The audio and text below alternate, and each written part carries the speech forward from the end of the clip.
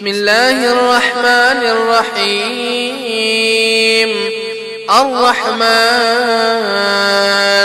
علم القرآن خلق الإنسان علمه البيان الشمس والقمر بحسبان والنجم والشجر يسجدان والسماء رفعها ووضع الميزان ألا تطغوا في الميزان وأقيموا الوزن بالقسط ولا تخسروا الميزان والأرض وضعها للأنام فيها فاكهة والنخل ذات الأكمام والحب ذو العصف والريحان فبأي آلاء ربكما تكذبان خلق الإنسان من صلصال كالفخار بمحمد صلى الله عليه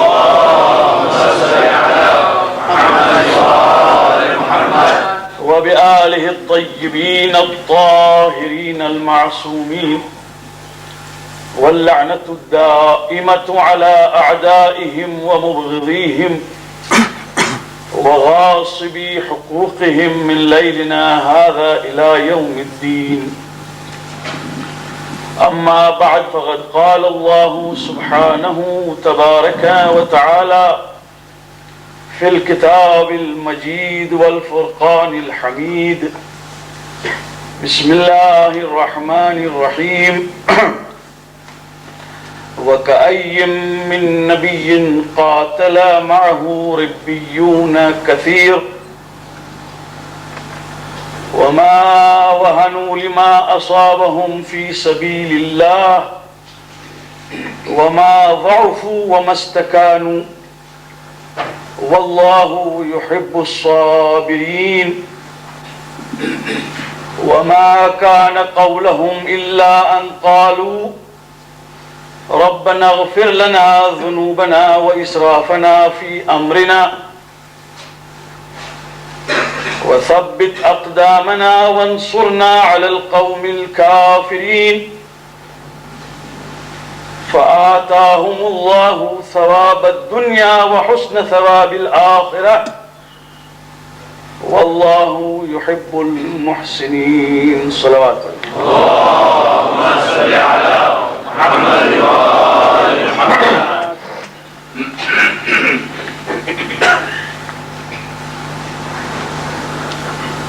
This is the first night of Muharram.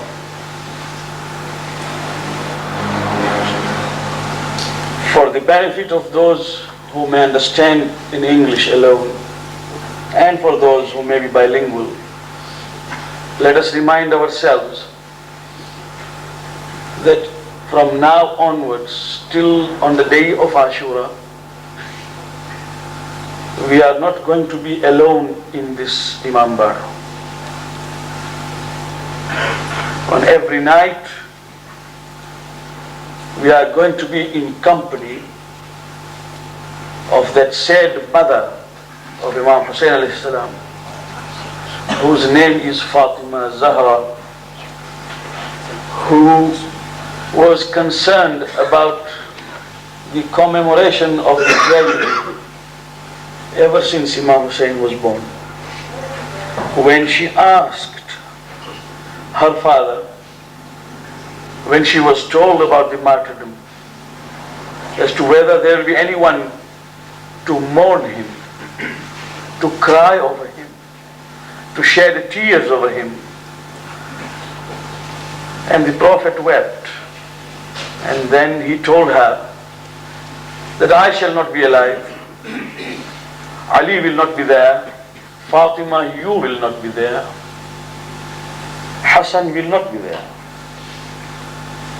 At that moment, the Nabi Fatima said, Father, if none of us will be there, who will be there to share the grief and sorrow and to mourn over that martyr?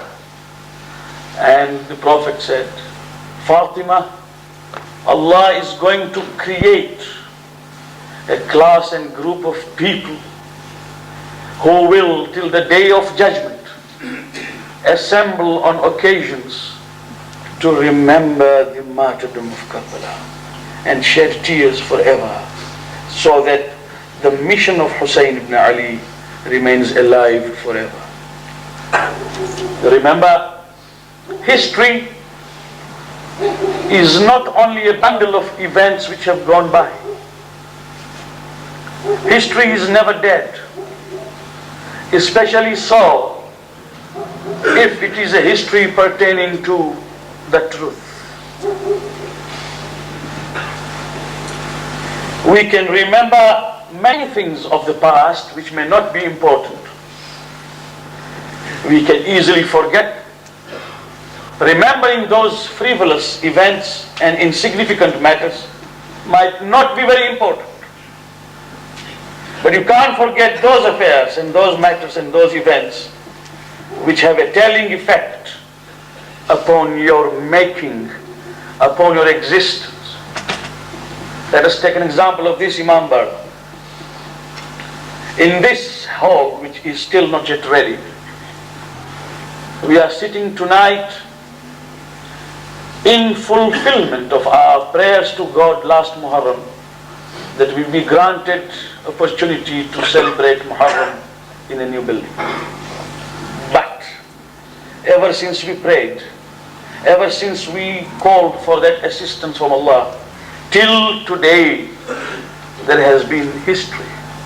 A history which will never be forgotten. History of sacrifice by the people. History of donations from young and old. History of a donation from that young orphan girl who wrote me a note 2 years ago to say that I had saved 20 pounds for buying a computer. My mother tells me that Imam Hussein needs it now, and I'm giving it to you in the name of Hussein ibn Ali. That is history. In Eid al-Fitr this year, one young girl drew a small Eid card, her own drawing. You can imagine it was just a scribble. And she went to so many of her relatives to sell that card. I have drawn this card. And the card was bought by many, from the family and outside. And a sum was sent to me along with the card by that small girl saying, this Eid card is for Hussein ibn Ali. And 3 weeks ago, a young girl wrote me another note to say, I'm sending you this money because my mother tells me that Imam Hussein needs it. These small letters written by young girls and young boys, and those sums which have come from all of you, often again and on, that and the sacrifice of time by the management committee, by the people who are concerned, is going to be an indelible part of our history which can never be forgotten. When you will grow old, you will tell your children that this Imam Bara, when it is fully, inshallah, ready, with all the facilities that we want in it, at that particular moment you will tell your children that we sat in this Imam Bara when the plasters were still not yet ready. This sort of history cannot be forgotten. History which formulates life. History which forms an inalienable part of your lives cannot be forgotten. Imam Hussein alayhi salam's sacrifice on the plains of Karbala under the scorching sun of Iraq cannot be forgotten, not because it was a simple death, but because that sacrifice which he gave was for saving Islam. Remember, if he had not given that life and the lives of his dear ones, there would have been no Ashhadu an la ilaha illallah, which you heard just now. There would have been no sajda, there would have been no ruku, there would have been no name of Allah subhanahu wa ta'ala after the death of the Prophet sallallahu alayhi wa sallam.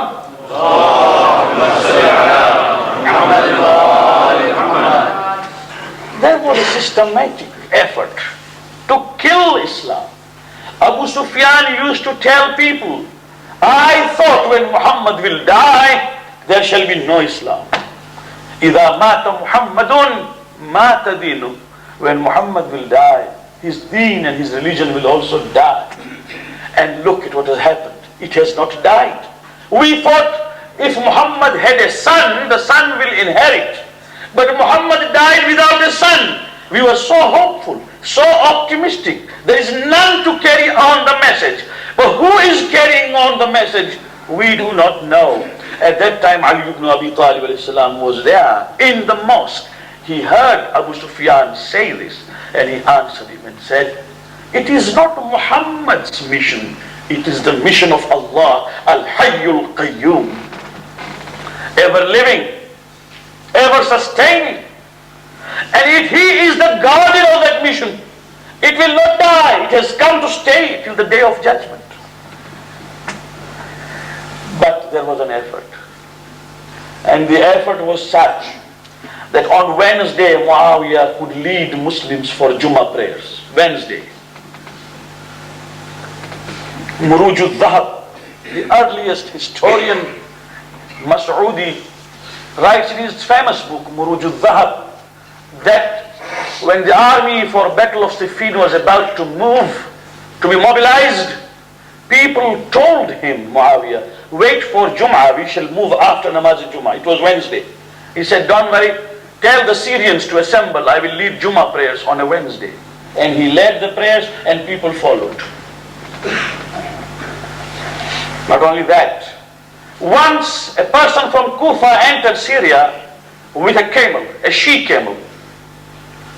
And suddenly one Syrian, looking at that camel, beautiful, healthy, seized it and tried to run away with it. He actually ran away with it. The fellow from Kufa entered his complaint and he came for a hearing before Muawiyah, in presence of Muawiyah. The Syrian who had taken away the camel was brought in the court. Muawiyah says, now, to whom does this camel belong? The fellow from Kufa, from Hazrat Ali's side, who has come here just as a tourist, said, it is mine. She is mine.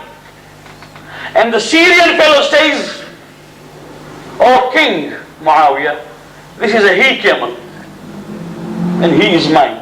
Now who cannot differentiate between a camel if it is male or a female?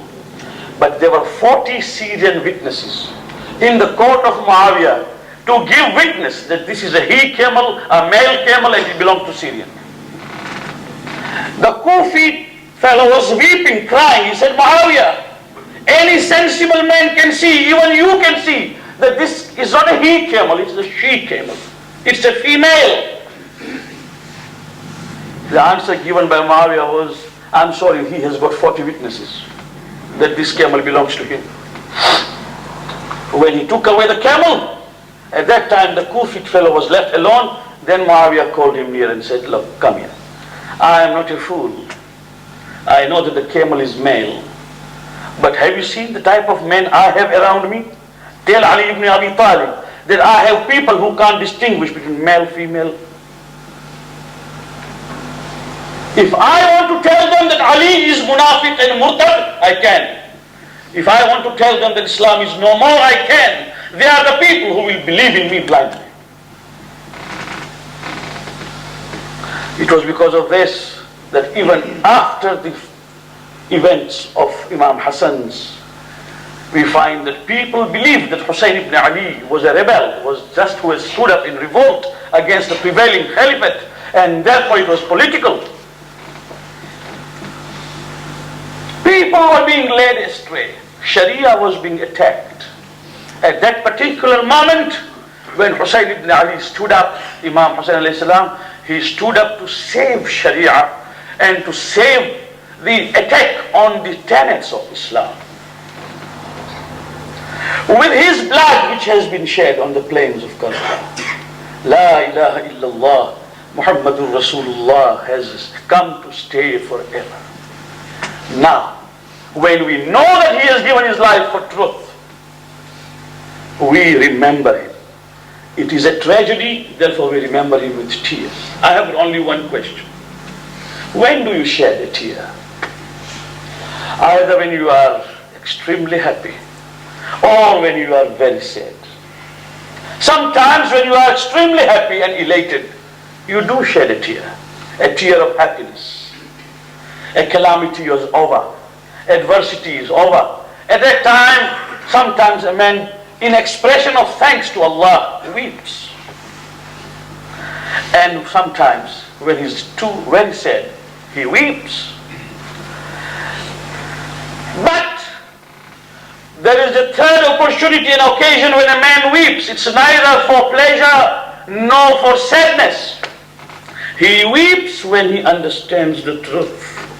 And that experience is not common. That experience is not common. When one weeps because he's understood the truth.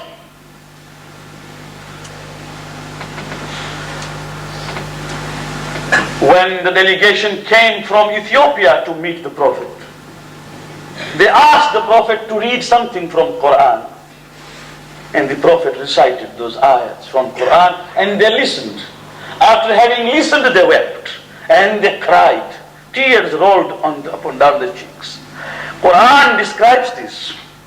The beginning ayat of 7th para is وَإِذَا سَمِعُوا مَا أُنزِلَ إِلَى الرَّسُولِ تَرَى أَعْيُنَهُمْ تَفِيضُ مِنَ الدَّمْعِ مِمَّا عَرَفُوا مِنَ الْحَقِّ.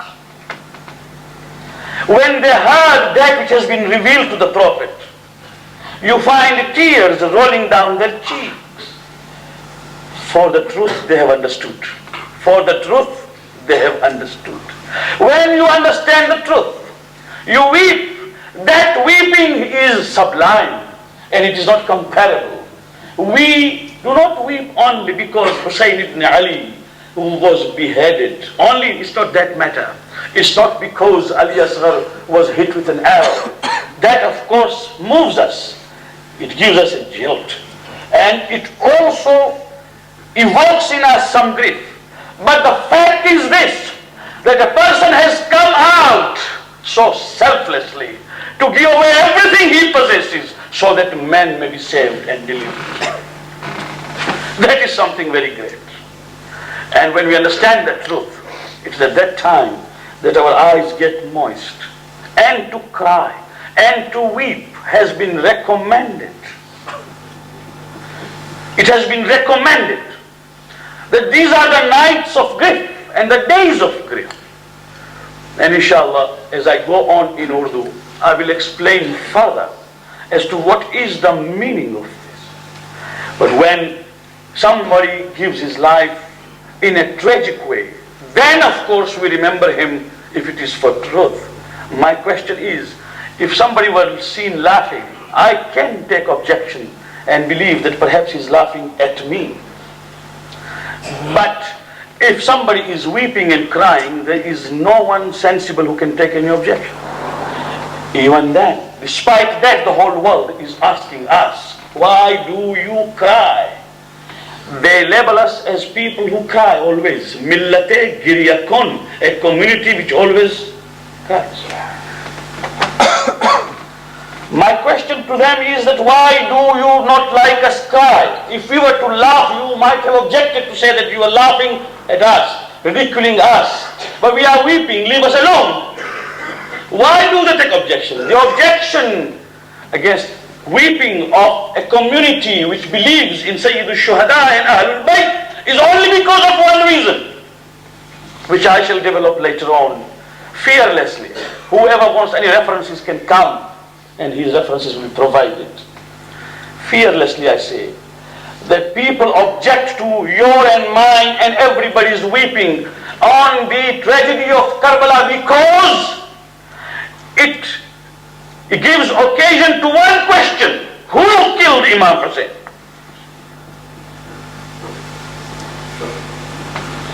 The first answer will be Umar Sa'ad or Shimr. Shimr killed physically. At whose command Imam was killed? Umar ibn Sa'ad. Who said Umar ibn Sa'ad? Yazid ibn Ziyad, Abdullah ibn Ziyad. Whose governor was Abdullah ibn Ziyad? Yazid ibn Muawiyah. Who was Yazid? Muawiyah's son. How did Muawiyah come to the throne? How did Muawiyah come to the throne? History will take us very far away. There was a systematic arrangement so that the Umayyads could be brought into Caliphate, from Caliphate into kingdom, to make the brief rule of Ali ibn Abi Talib as unsettled as possible, full of civil wars and strife, so that Muawiyah could then come finally to the throne. Who brought him? If you take these things, the chain of history, you will come to those great people of Islam whom they admire and we cannot admire because they are the killers of Ahlul Bayt. One drop here, one drop is a protest, is a silent, feeble voice of agony against the torture meted out to Ahlul Bayt. They know it. When a Shia will cry, he knows why he cries. And in every drop there is a chain of history. Every drop is a protest. And they want to stop it. They want to stop this. They don't want their own elders to be censored. And we say that we will only censor those who have gone against the pleasure of Allah subhanahu wa ta'ala and the pleasure of the Prophet and the pleasure of Ahlul Bayt salawatullahi wa salamu alayhi.